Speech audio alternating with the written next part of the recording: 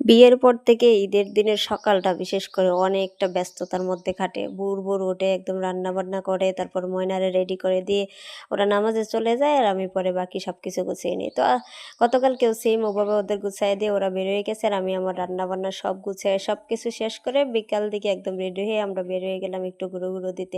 ঈদের দিন একটু না বেরোলে তো ভালোই লাগে না। তো আমরা একটু নদীর পাড়ে চলে গেলাম। ওখানে অনেক সুন্দর ভিউ, অনেক জাহাজ দেখতেও অনেক ভালো লাগে। একদম শান্তির জায়গা মনে হয়। এখানে দাঁড়ালে বা কিছুক্ষণ বসে থাকলে মনটাই আলাদা একটা ভালো হয়ে যাবে।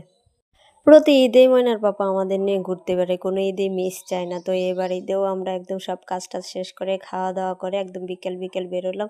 যেন একটু সময় নিয়ে বেশিক্ষণ ঘোরাঘুরি করতে পারি। তো এই তো আমরা ৩ জন মিলে এখানে দাঁড়িয়ে গল্প করতেছিলাম। তারপর ভিডিও, ছবি ওসব করতেছিলাম। আর আমাদের তো এক্সট্রা কোনো ক্যামেরাম্যান নেই। আমরাই আমাদের ফোন এক জায়গায় রেখে আমরা ৩ জনে মিলে ভিডিও করতেছিলাম।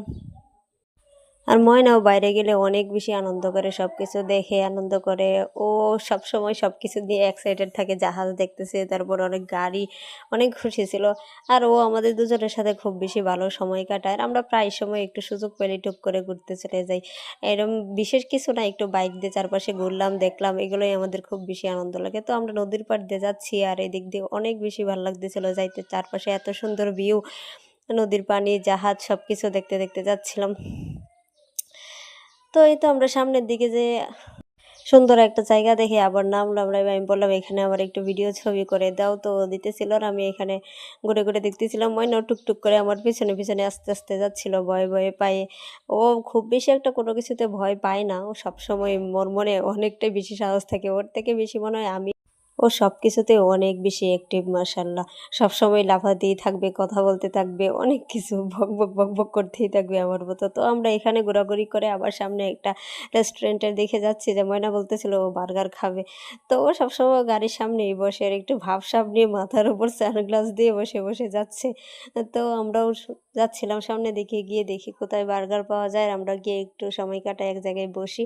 আর ঈদের দিন তো চারপাশে রঙিন একদম বেলুন-টেলুন কত সুন্দর, সবাই মিলে ঘোরাঘুরি করতেছে। ঈদ মানেই তো আনন্দ, একদম মেলামেলা ভাইবস, সবাই বের হইছে, সবাই ঘোরাঘুরি করতেছে যার ফ্যামিলি, ভালোবাসার মানুষ সবাইরে নিয়ে। তো আমরাও এবার চলে আসলাম আকিজ সিটিতে। তো আমরা যাচ্ছিলাম রুফটপে, ওখানে একটা সুন্দর রেস্টুরেন্ট আছে, ওখানে গিয়ে আমরা বসবো আর কিছু খাওয়ার ইচ্ছা থাকলে খাবো। আর ময়না বলতেছিল ও আর কিছু খাবে না, বার্গার খাবে। বার্গার ও খেতে পারে না, ও ঝাল কোনো কিছুই খেতে পারে না। তো বার্গারের ভিতরের মাংসটুকু তো একটু ঝাল হবেই, মসলার ফ্লেভার ওইটুকু ও খাইতে পারে না। তো কি করার, খাইতে বলছে তো ওটা ওর পাপা নেবে। ছেলে যা বলবে তাই, ছেলে যা ইচ্ছে করুক, তাতে ওর কোনো সমস্যা নেই।